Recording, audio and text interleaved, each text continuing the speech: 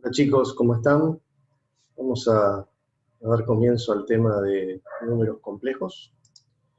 Permítanme que comparta la pantalla y vamos a empezar a hablar sobre este tema.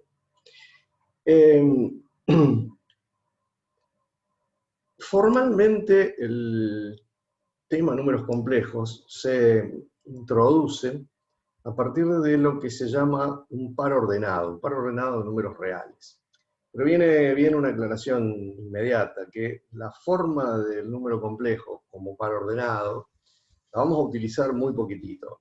En la práctica no la vamos a utilizar.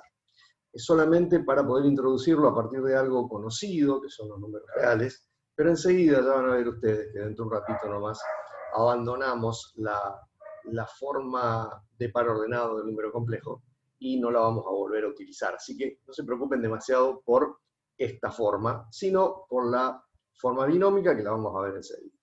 Pero en principio entonces, un número complejo no es más que un par ordenado de números reales, x e y, donde x, el que aparece en primer término en el par ordenado, se denomina la parte real del número complejo z, e y, el que aparece en segundo término en el par ordenado, se denomina la parte imaginaria del número complejo z. Van a ver ustedes que en la bibliografía, y nosotros también vamos a usar eso, a menudo usamos la letra z para los números complejos, también se utiliza la letra W, sí, es muy común encontrar esas dos letras para representar de manera genérica un número complejo.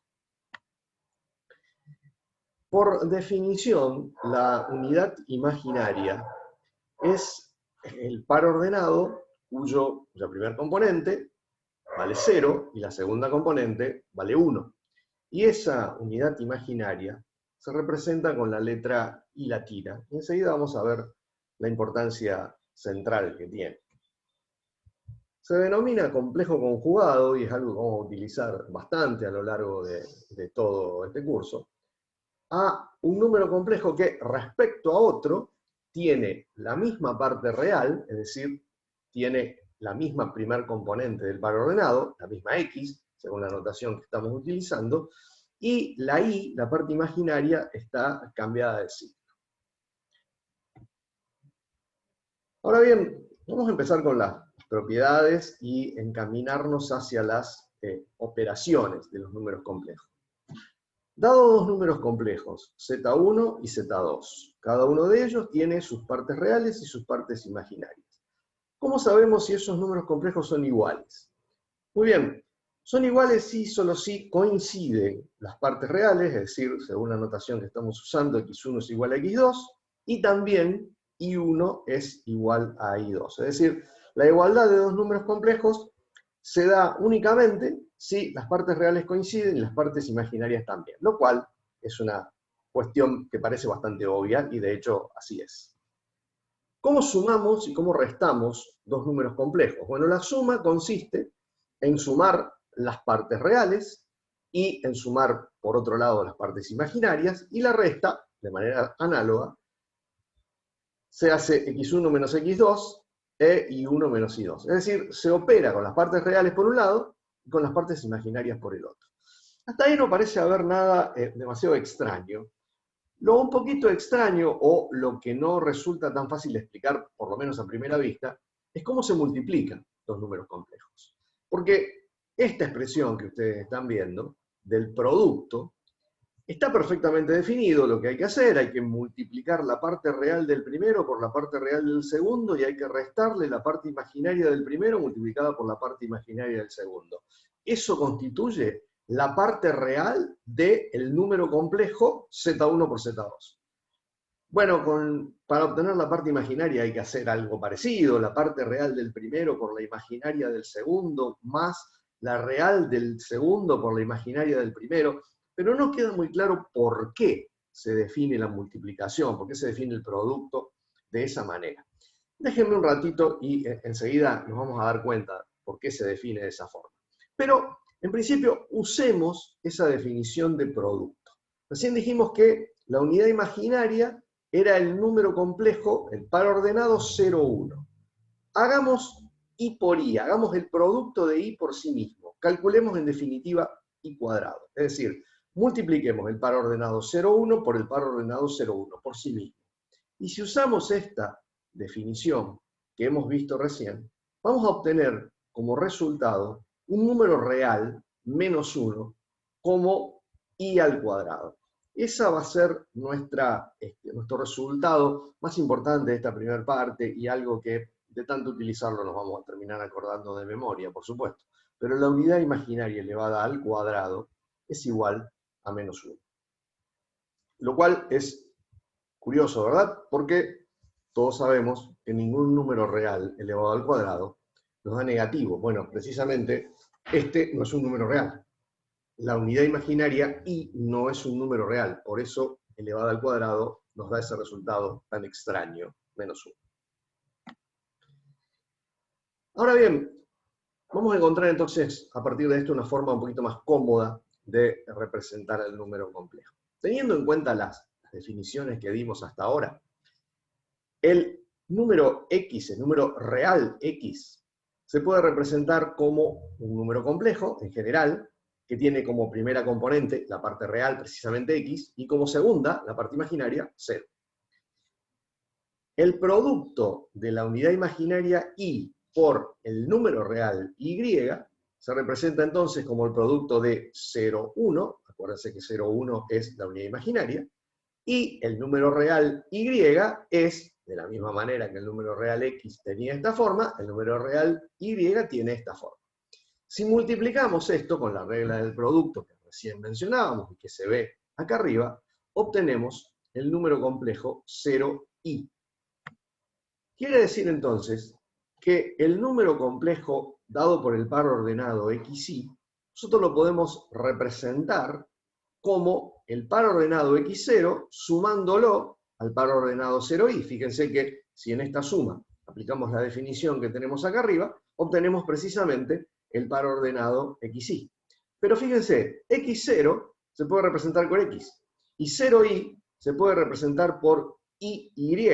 Quiere decir entonces que obtenemos que el número complejo z se puede representar por x, que es lo que tenemos acá, en este par ordenado, y esta parte viene a ser i. La suma de esos dos me da otra forma, la más común, la que vamos a utilizar mucho, que es la llamada forma binómica del número complejo z. A partir de ahora, entonces, la forma de par ordenado, con la cual introdujimos la idea de número complejo, prácticamente no la vamos a utilizar más, y vamos a usar la forma binómica y algunas otras formas que vamos a encontrar en la medida que avancemos con el tema. Nos faltaba definir el cociente. Definimos suma, resta, producto, pero no definimos el cociente. ¿Cómo dividimos entonces dos números complejos z1 y z2? Bueno, el artificio al que se recurre es multiplicar numerador y denominador, es decir, multiplicar arriba y abajo en el cociente que tenemos, por fíjense, el conjugado de lo que tenemos en el denominador. El complejo que tenemos en el denominador es x2 más i2.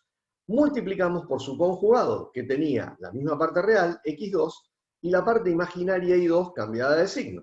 Por supuesto, arriba multiplicamos por lo mismo para no alterar la expresión.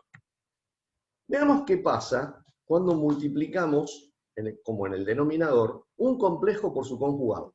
Cualquier número complejo, cualesquiera sean los valores de x2 e i2, cualquier número complejo que se multiplica por su conjugado, si utilizamos la definición de producto que tenemos acá, o ahora ya podemos hacerlo de una manera un poquitito más sencilla.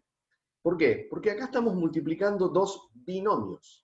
Entonces hay que multiplicar como multiplicaríamos dos binomios, es decir, cualquier término del primero multiplicado por cualquier término del segundo. Y hacemos ese producto. Fíjense, ¿qué es lo único que hay que tener en cuenta aquí? x2 al cuadrado va a ser un número real, porque es el número x2 multiplicado por sí mismo. x2 por i2 está precedido de la i, quiere decir que esto va a ser parte imaginaria. Y lo mismo ocurre con esta parte positiva. Ahora, ¿qué pasa con i2 al cuadrado? Bueno, i2 al cuadrado es real, sí, pero acá tenemos la i. Sí, pero esta y está elevada al cuadrado. E y cuadrado vale menos 1. Quiere decir que si miramos esta expresión con un poquito de cariño, primero nos damos cuenta que esos dos se pueden simplificar, y luego este y cuadrado me cambia este signo negativo por uno positivo, y el resultado es x2 al cuadrado más y2 al cuadrado. Siempre que multipliquemos un número complejo por su conjugado, vamos a encontrar como resultado la suma de los cuadrados de su parte real y su parte imaginaria. Vamos a encontrar como resultado un número real. Vamos a algunos ejemplos que yo quiero, por favor, que los hagan. Acá van a encontrar las respuestas, pero yo quiero que tomen lápiz y papel y, por favor, los hagan en su casa. Supongan que tenemos esos dos números complejos, 3 más 2i es el z1, 2 menos i es el z2, y queremos encontrar z1 más z2, z1 menos z2, z1 por z2 y z1 sobre z2. Por favor, yo les voy a mostrar los resultados, pero quiero que los hagan despacito. Les va a costar un poco, tal vez al principio, acostumbrarse a trabajar, por un lado con parte real por un lado y parte imaginaria por el otro, y por otro lado con, acuérdense, cada vez que aparezca i cuadrado, eso vale menos 1.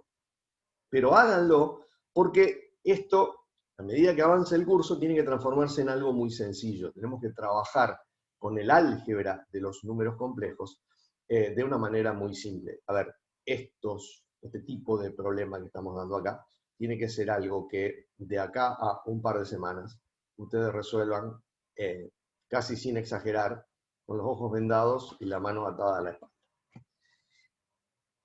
Muy bien, entonces estas serían las respuestas a lo que les pido que hagan, simplemente para que puedan comprobar si lo han hecho correctamente. Entonces, hemos definido, por un lado, la igualdad de números complejos, la suma, la resta, el producto y el cociente. Vamos a cambiar un poco nuestra mirada. Vamos a ver, aquí se llama plano complejo, y aquí se llama la forma polar de los números complejos. Como el número complejo tiene una parte real y también una parte imaginaria, no lo podemos representar sobre el eje de los reales. Todos los números reales, nosotros los representamos sobre una línea recta imaginaria. ¿Sí? A partir del 0, a la derecha empezamos a representar los enteros positivos, 1, 2, 3, a la izquierda los enteros negativos, menos 1, menos 2, menos 3, y entre 0 y 1, por ejemplo, empezamos a representar los números fraccionarios, y también representamos los irracionales, es decir, completamos toda la recta con los números reales. No nos queda más espacio para los números complejos, lo cual nos obliga a representarlos en un plano que vamos a llamar el plano complejo. En ese plano, en una recta horizontal, representamos la parte real del número complejo, y en un eje vertical representamos la parte imaginaria de ese número complejo. Quiere decir entonces que un punto de ese plano, un punto cuyas coordenadas, si lo quieren pensar así, sean x e y, estará representando al número complejo x más y. A partir de esa representación, podemos definir lo que se entiende por el módulo de un número complejo. Se llama módulo de este número complejo x más y. Habitualmente al módulo se lo representa con la letra R, o bien con el número complejo z, del cual estamos hablando, encerrado entre barritas verticales. Se llama módulo, decimos, a el valor positivo de la raíz cuadrada de la parte real del número complejo al cuadrado más la parte imaginaria del número complejo al cuadrado. Y representa, geométricamente, como ustedes se darán cuenta, la distancia a la que ese número complejo se encuentra del 0, 0, del origen de este sistema de coordenadas que hemos establecido.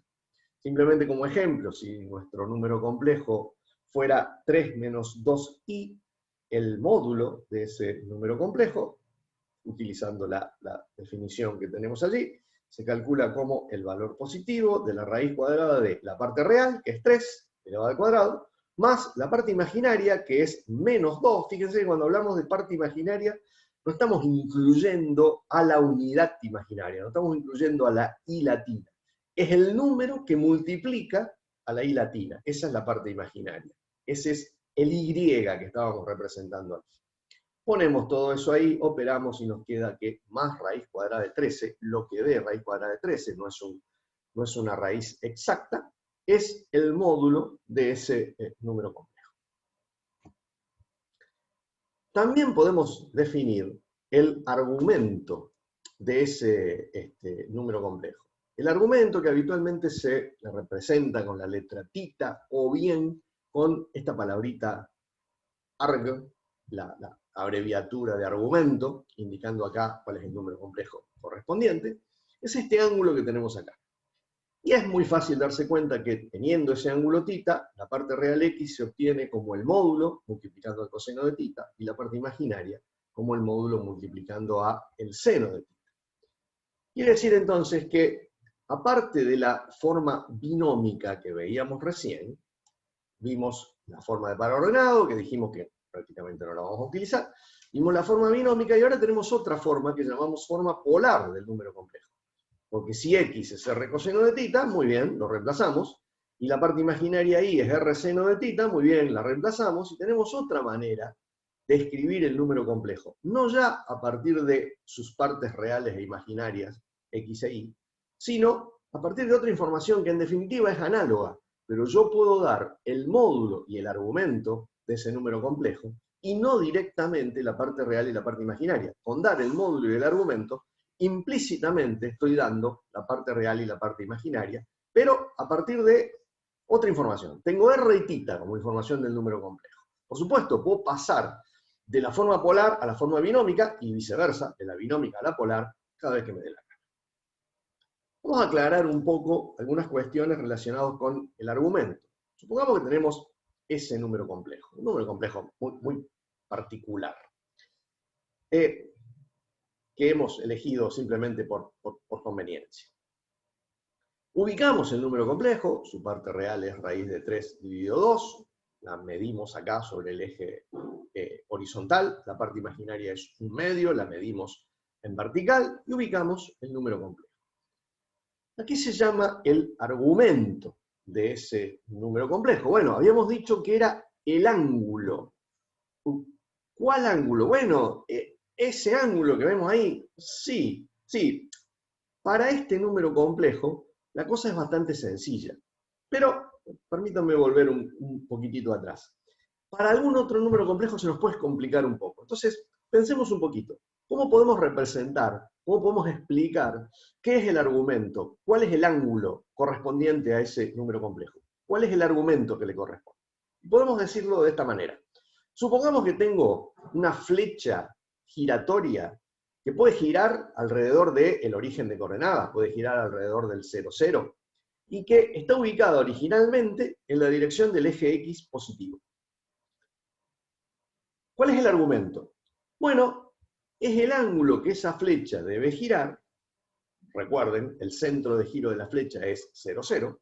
Es el ángulo, decimos, que esa flecha debe girar para superponerse con esta línea de color azul que representa el módulo del número complejo. Entonces, como veíamos, la flecha gira y en el momento que se superpone con la línea de color azul, el ángulo que ha barrido esa flecha es el argumento de ese número complejo. Por supuesto, ustedes se darán cuenta que ese argumento no es más que el arco tangente, es decir, la función tangente inversa de 1/2 dividido raíz de 3 dividido 2. Dicho de otra manera, la tangente del ángulo tita es el cateto opuesto, 1/2, dividido el adyacente, raíz de 3 sobre 2. Y eso nos da un ángulo medido en grados de 30 grados. Por eso elegimos ese número complejo, porque teníamos un valor redondito del ángulo medido en grados. Entonces, podemos decir en forma genérica que el ángulo tita está dado por el arco tangente de la parte imaginaria, ¿sí? Acuérdense que la parte imaginaria de este era 1/2, dividido la parte real, en este caso era raíz de 3 sobre 2. Por supuesto, esta definición que estamos dando es válida en tanto y en cuanto x sea distinto de 0. Si ponemos x0 acá, ustedes saben que no se puede dividir por 0 y entonces no tendría sentido esta definición. Perfecto, pero ya nos permite calcular una gran cantidad de argumentos. ¿Qué pasa cuando x vale 0? Bueno, estamos ante un número complejo que va a estar ubicado sobre el eje vertical, porque x vale 0. Y en tal caso, entonces, nos damos cuenta que el ángulo que va a tener que barrer nuestra flecha roja es un ángulo de 90 grados. ¿Sí? Muy bien. Pero tenemos algo más para decir. Dijimos entonces que el argumento es 30 grados o en radianes pi dividido 6. Porque era el ángulo que la flecha de color rojo, girando con centro en el origen, tenía que barrer para superponerse con la línea de color azul. Sí, ahora, la flecha de color rojo puede girar con centro en el origen hasta superponerse con la línea de color azul, también de otra manera, de esta. Y también se ha superpuesto con la línea de color azul. ¿Hemos dado una vuelta al vicio? Sí, tienen razón, pero en principio es válido. Es decir, yo también podría decir que argumento de este número complejo no es 30 grados, sino 390. Y de hecho, si ustedes usan la forma polar para calcular parte real y parte imaginaria de este con 390 grados y no con 30, van a encontrar que se cumple perfectamente. Quiere decir que yo no necesariamente debo decir que el argumento es 30, puedo decir que es 390. Sí, sí. Y como ustedes se darán cuenta, no es la única posibilidad. Porque yo también podría pensar que la flechita va a dar varias vueltitas para luego detenerse superpuesta con la línea de color azul. Es decir, cuántas vueltitas puede girar la que yo quiera. En tanto y en cuanto luego se detenga sobre la línea de color azul, la cantidad de vueltas que a mí me dé la gana. Muy bien. Ahí terminamos. No, todavía no, porque la cosa puede ser peor. Fíjense, la flechita podría eventualmente hacer esto. Girar en sentido contrario y terminar superponiéndose sobre la flechita de color azul. Y entonces decimos que va 30 grados en un sentido y una vuelta completa, 360 grados en sentido contrario. Bueno, cualquiera de estos valores, cualquiera de estos infinitos valores, es argumento del número complejo que hemos tomado como ejemplo. Quiere decir que en general, el argumento de un número complejo no es único. Hay infinitos valores, no cualquier valor, pero hay infinitos valores del argumento de un número complejo, que es el valor de θ, tal como lo hemos calculado acá, el ángulo, el primer ángulo que encontramos, el más sencillito, más un número entero de vueltas, pensando en radianes, por supuesto, 2k pi vueltas, donde k es un número que pertenece al conjunto de los números enteros. Es decir, k puede valer 0, más menos 1, más menos 2, más menos 3. Cualquier número entero que pongamos acá, en lugar de la letra k, nos da un argumento válido para ese número complejo z que estábamos considerando. Quiere decir entonces que tenemos infinitos valores de argumento para ese número complejo. Sí, lo cual es un pequeño problema, porque a nadie le gusta trabajar con una cantidad de números infinitamente grande. Y entonces se define de todos esos argumentos uno en particular, al que vamos a llamar argumento principal. Y como es el principal, en lugar de representar en minúscula la palabra arg, la vamos a representar en mayúscula. Cuando veamos arg en mayúscula, estamos considerando uno solo de esos argumentos, y es el que vamos a llamar argumento principal. Ahora bien, ¿y cómo lo elegimos? De todos esos infinitos que teníamos, ¿cómo lo elegimos? Con el criterio de que ese argumento principal tiene que estar entre menos pi y pi. Pensando en el ángulo medido en radianes, el argumento principal tiene que ser más grande que menos pi. Fíjense que el menos pi está excluido, no hay un menor o igual acá, hay un menor únicamente, pero el pi está incluido. El argumento de z con mayúscula puede ser menor o igual que pi. Quiere decir entonces que si ese es nuestro número complejo, ese es el argumento. Si ese es nuestro número complejo, ¿cuál es el argumento? Bueno, uno podría pensar que la flechita gira y barre el ángulo hasta la gira en sentido antihorario y barre el ángulo hasta superponerse con Z2. Pero fíjense que si hiciéramos eso, tendríamos un ángulo mayor a pi. Y la restricción que tenemos es que tiene que ser menor a pi. ¿Cómo lo solucionamos? Bueno, porque el argumento es este. El argumento va a ser negativo de ese número complejo. ¿Qué pasa si el número complejo está allí? Bueno, tenemos que mirar que en nuestra definición dice que el argumento no puede ser menos pi, pero sí puede ser pi. Por lo tanto, cuando el número complejo es un real negativo, ese es su argumento. El argumento principal de los números reales negativos es el valor pi. Podemos representar la función argumento principal. Y tiene esa facha bastante extraña que ustedes ven allí. Estamos representando en los ejes X e Y, las partes reales e imaginarias del número complejo, y en el eje vertical estamos representando el argumento del número complejo correspondiente. Supongamos que tenemos ese número complejo que está allí, es un número real positivo, su argumento es 0, y por lo tanto la función que vemos ahí, en esos colores tan llamativos, atraviesa el plano, ¿sí? El plano Z. Vale 0 la función en ese punto.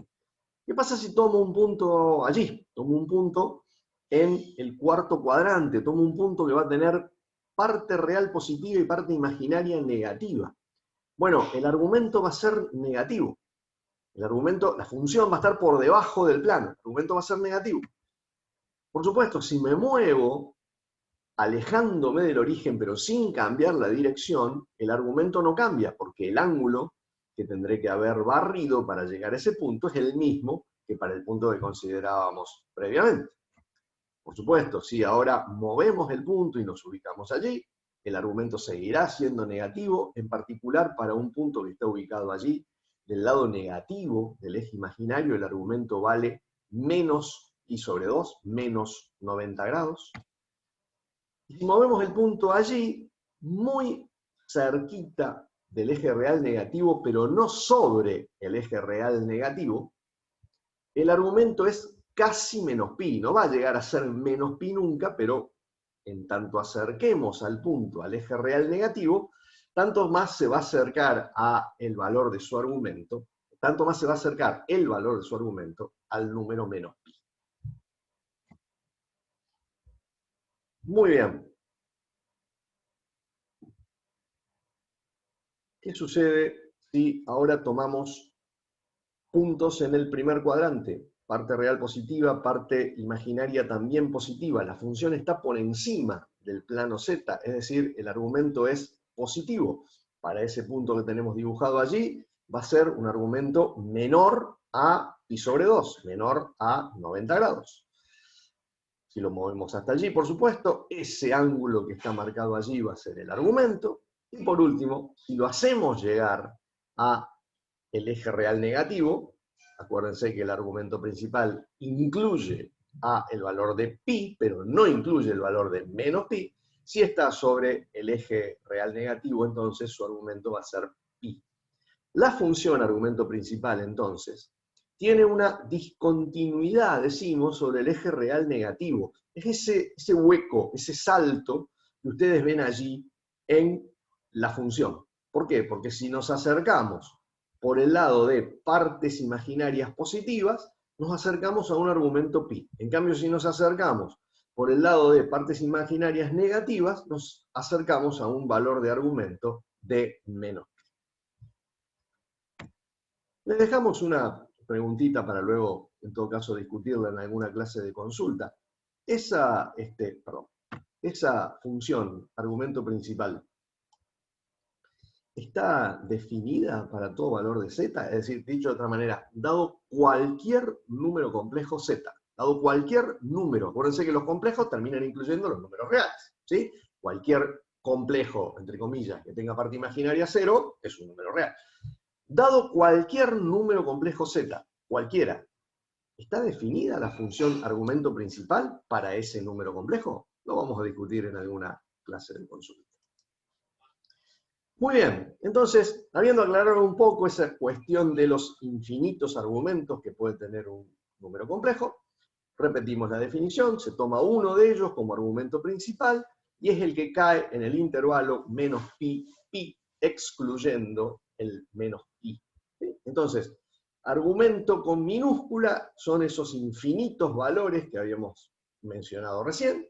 De todos ellos, uno es el argumento principal, ¿sí? El que está en el intervalo menos pi, pi, o, si ustedes quieren, el que se obtiene en la fórmula del argumento con minúscula haciendo el k igual a 0.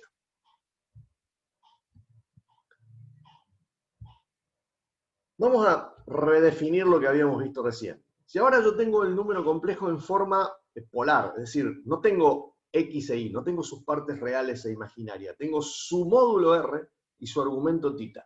¿Cómo sé si son iguales los números complejos? ¿Cómo sé si dos números complejos de los cuales doy módulo y argumento coinciden? ¿Cómo sé si Z1 es igual a Z2? Bueno, debe cumplirse que los módulos sean iguales, indefectiblemente. Y que los argumentos, bueno, y que los argumentos sean iguales también. No tan rápido. Los argumentos pueden ser iguales, o bien diferir en un número entero de vueltas. Es decir, si yo digo que tengo un número complejo de módulo 1 y argumento 30 grados, vamos a ponerlo en grados que nos resulta más cómodos a todos. Tengo un número complejo de módulo 1 y argumento 30 grados. Y tengo otro número complejo de módulo 1 también y argumento 390 grados. Che, son iguales. Son iguales porque si les calculo la parte real y la parte imaginaria a ambos voy a encontrar que son iguales. Los módulos evidentemente se ven iguales, los dos valen 1, pero los argumentos, en principio, no se ven iguales. Uno es 30 grados y el otro es 390 grados. Difieren en una vuelta, en 360 grados. Bueno, eso puede ocurrir y aún así los números complejos son iguales. ¿Cómo operamos en forma polar? Bueno, por un lado, si queremos multiplicar números complejos en forma polar, si queremos multiplicar este Z1 y este Z2 que vemos en la pantalla, bueno, hay que operar en forma binómica, simplemente. Multiplico R1 por R2, que están afuera del paréntesis, y luego multiplico cada término del primer paréntesis por cada término del segundo, con la condición simplemente de que luego hay que separar partes reales y partes imaginarias, partes reales por un lado, partes imaginarias por el otro, y no hay que olvidarse que en algún momento vamos a tener un i cuadrado en el producto, y ese i cuadrado, ya sabemos, vale menos 1. Haciendo esa multiplicación obtenemos lo que vemos allí, y yo estoy seguro que no se acuerdan, pero buscando en alguna tabla de identidades trigonométricas, encontraríamos que lo que aparecía en el primer paréntesis no es más que el coseno de θ1 más θ2, y lo que aparece en el segundo paréntesis no es más que el seno de θ1 más θ2. Quiere decir entonces que encontramos en definitiva esa fórmula para el producto de complejos en forma polar. ¿Qué pasa si tenemos el cociente de los mismos números complejos? Bueno, a ver, no sabemos cómo hacer el cociente, pero sí sabemos cómo hacer el producto. Entonces vamos a suponer que el cociente de Z1 y Z2, nuestros datos, nos dan como resultado un número complejo Z, desconocido, con módulo R y argumento θ, pero insisto, de Z1 y Z2 conocemos todo, sus módulos, R1 y R2, y sus argumentos, θ1 y θ2. Pero de Z, el resultado del cociente, no conocemos ni R ni θ. La pregunta es, ¿cómo calculamos R y cómo calculamos θ de este Z, que es el resultado de dividir Z1 dividido Z2? Bueno, no sabemos cómo hacer el cociente, pero sí sabemos cómo hacer el producto. Si Z es Z1 sobre Z2, porque Z por Z2 me tiene que dar Z1. Y entonces ahora apliquemos lo que sabemos del producto. ¿De cuál producto? De Z por Z2. Nosotros sabemos cómo resolver Z por Z2. Si conociéramos R y θ, que no los conocemos, ya sé, pero si los conociéramos, y tomamos módulo y argumento de Z2, sabemos cómo operar para hacer este producto. Nos va a quedar que R por R2, el módulo de Z por el módulo de Z2, tiene que ser igual al módulo de Z1, R1, eso por el producto que hemos definido arriba. Y al mismo tiempo, la suma de los argumentos, θ más θ2, tiene que ser el argumento de θ1. ¿Por qué? Porque acá en el producto nos quedó que tomábamos como resultado del producto, como argumento del producto, la suma de los argumentos de los números que multiplicábamos. Quiere decir que esto lo sabemos por aplicación del producto. Perfecto. Pero esas dos expresiones que tenemos allí nos permiten despejar R y θ, que es lo que no conocíamos. R resulta ser R1 dividido R2 y θ resulta ser θ1 menos θ2. Entonces, cuando tenemos que hacer un cociente en forma polar, se dividen los módulos y se restan los argumentos. Muy bien, y eso nos puede llevar entonces, bueno, ¿y qué pasa si tengo que multiplicar un número z por sí mismo? Una potencia, pero en definitiva no es más que la aplicación reiterada del producto. Si decíamos que en el producto se multiplicaban los módulos, para hacer z por z por z por z, voy a multiplicar los módulos, voy a multiplicar r por sí mismo varias veces, significa que si es z elevado a la n, voy a multiplicar r por sí mismo n veces y me queda r a la n. Y decíamos que había que sumar los argumentos, pero acá hay que sumar θ repetidas veces. ¿Cuántas veces? Las n que me indique el exponente en la potencia. Y entonces obtenemos esa expresión que se conoce como fórmula de fórmula de De Moivre para la potencia de un número complejo. Vamos a terminar con esta parte viendo cómo se obtiene la raíz de un número complejo. La raíz enésima de un número complejo. Z es un complejo cualquiera, n es un entero positivo cualquiera. Nos va a convenir pensarlo de esta manera. Acuérdense, z es el dato, n es el dato. Lo que yo no sé es el resultado de esta raíz. Vamos a suponer que z está dado en forma polar. Conocemos r y θ de ese z. Bueno, ¿y qué pasa si cuando tenga que hacer un problema, z no está dado en forma polar, está dado en forma binómica? Bueno, lo podemos llevar a forma polar. Acuérdense que yo puedo pasar de la forma binómica a la polar, o de la polar a la binómica, con las fórmulas que vimos anteriormente. Si conocemos z y conocemos n, tenemos que encontrar un número complejo W, cuyo módulo es R mayúscula y cuyo argumento es phi. Por supuesto, R mayúscula y phi son desconocidos en este momento. Pero en definitiva, tenemos que encontrar un número complejo W que sea el resultado de esta raíz enésima. Es decir, se cumple que W es igual a la raíz enésima de Z. Ahora bien, si W cumple con esa propiedad, es porque W elevado a la n me tiene que dar Z. Entonces, vamos a usar esta expresión, esta igualdad, porque nosotros hemos visto recién cómo calcular W a la n. Lo vamos a igualar a Z y vamos a ver qué encontramos. Miren, hacemos lo siguiente. W a la n, según la fórmula de nuestro amigo francés de hace un ratito, W a la n es el módulo elevado a la n, R mayúscula elevado a la n, y el argumento phi multiplicado por n. Todo eso tiene que ser igual a Z, que es R coseno de θ más I seno de θ. Acuérdense, R y θ son conocidos. Lo que no sabemos es R mayúscula y phi. Pero ahora, si miramos en esta expresión, y recordamos cuando dos números complejos dados en forma polar eran iguales, nos decía que los módulos tenían que ser iguales. Muy bien, el módulo de este que está acá es R a la n, y el módulo de este que está a la derecha es R minúscula, por lo tanto R a la n tiene que ser R minúscula. Y los argumentos tenían que ser iguales. ¿Qué pasaba con los argumentos? Bueno, acuérdense que no era simplemente que tenían que ser iguales. Podían ser iguales o diferir en un número entero de vueltas.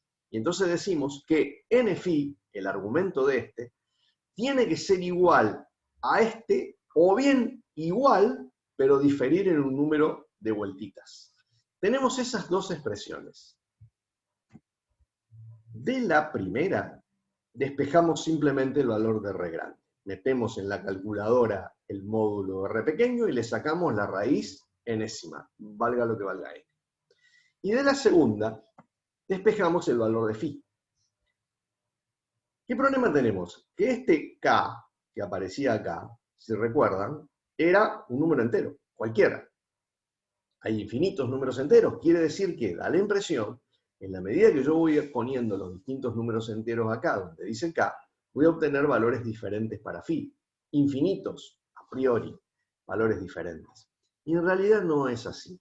En realidad, en la medida que vamos reemplazando los valores de k, nos encontramos con que es suficiente reemplazar a k por 0, 1, 2, 3, y así hasta llegar a n-1, hasta llegar a una unidad menos de lo que me indique el índice de la raíz. Si quiero hacer la raíz quinta de un número complejo z, tendré que utilizar para acá 0, 1, 2, 3 y 4. Voy a obtener 5 resultados. 0, 1, 2, 3 y 4. No infinitos resultados. En definitiva, entonces, la raíz enésima de un número complejo se puede escribir de esta manera, donde lo único raro que hay acá es que hemos indicado en esta expresión que k debe tomar los n valores que, arrancando desde 0, me llevan hasta n-1. Una pequeña aclaración. Acá tenemos 2 veces el mismo símbolo, porque no tenemos otra manera de escribirlo, pero en realidad con un significado bastante diferente. Fíjense, el que tenemos a la izquierda es la raíz enésima del número complejo, de lo que hemos estado hablando. Esa raíz enésima del número complejo nos va a arrojar n resultados diferentes. Si sacamos la raíz quinta de un número complejo, vamos a obtener 5 resultados diferentes. Es decir, vamos a obtener 5 números complejos que elevados a la quinta nos dan el número complejo original que teníamos en el radicando de la raíz. Ahora, esta expresión que tenemos acá es la misma raíz enésima, pero esta es una raíz enésima que vamos a llamar aritmética, de un valor positivo r, que es el módulo de nuestro número complejo z. Esto es simplemente meter el r en la calculadora y pedirle a la calculadora que me arroje el único resultado que me va a dar la calculadora como la raíz quinta, para seguir con este ejemplo, de este número positivo. Entonces, no confundamos esos dos símbolos que son iguales, pero el contexto nos va a decir de cuál de ellos estamos hablando. Simplemente como ejemplo, y los vamos a invitar a que los hagan y en clase vamos a resolver. ¿Qué pasa si tengo que hacer la raíz cúbica del número complejo -1? Tengo que encontrar 3 números complejos que elevados al cubo me den -1. Bueno, uno es muy fácil. Encontrar uno de ellos es muy fácil, porque si nos ponemos a pensar un poco, -1 al cubo da -1. Quiere decir que un resultado es -1. El problema es encontrar los otros 2 que me faltan. Bueno, los otros 2 no son tan fáciles de encontrar, hay que usar esa fórmula que está resaltada allí, pero finalmente encontraríamos esos 3 números complejos, que, como ustedes ven, se ubican a la misma distancia del origen. Todos tienen el mismo módulo. Tienen un aspecto muy distinto, pero todos tienen el mismo módulo. Todos tienen módulo, en este caso, 1. Quiere decir que se ubican a la misma distancia del origen y a la misma distancia angular uno de otro, es decir, terminan definiendo un polígono regular, en este caso un triángulo.